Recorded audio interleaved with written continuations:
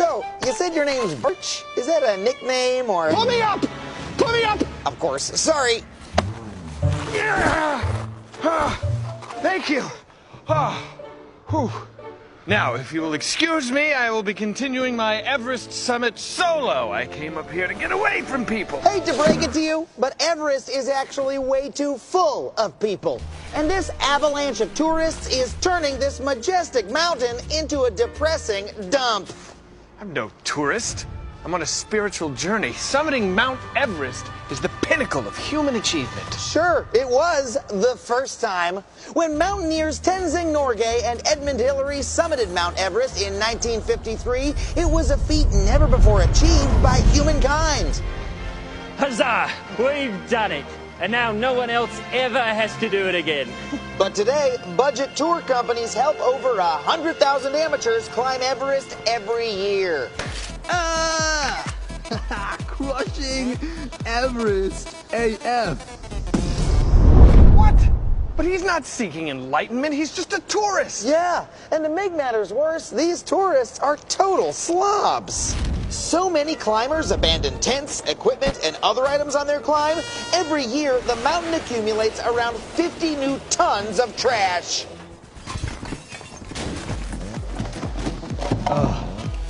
Dude, can we Postmates a mate up here? Oh, that is shameful!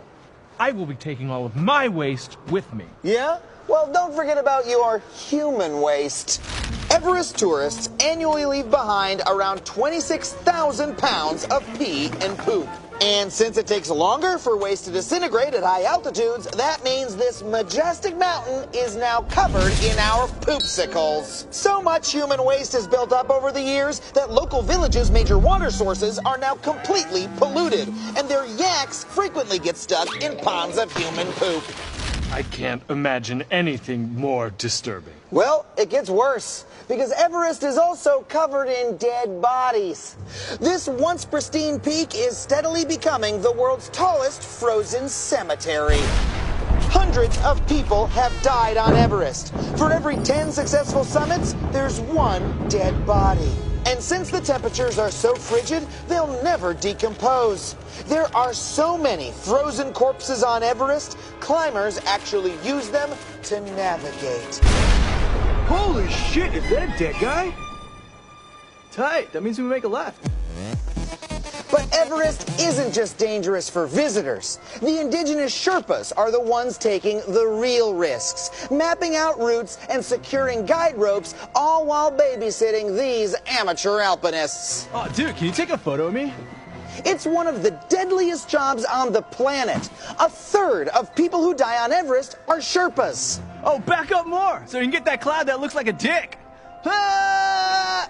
Oh!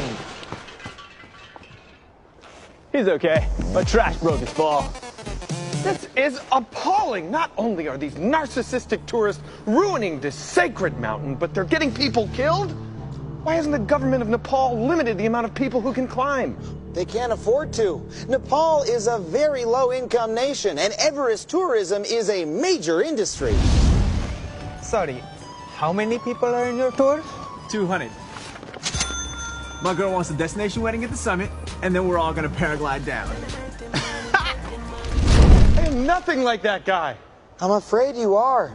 I know it's your dream to climb this sacred mountain, but the impact that you and others have when you indulge in that dream is turning Everest into a poop-covered trash coffin. Oh, you're right. I'm no better than those monsters who picnic in national parks. The people ruin everything!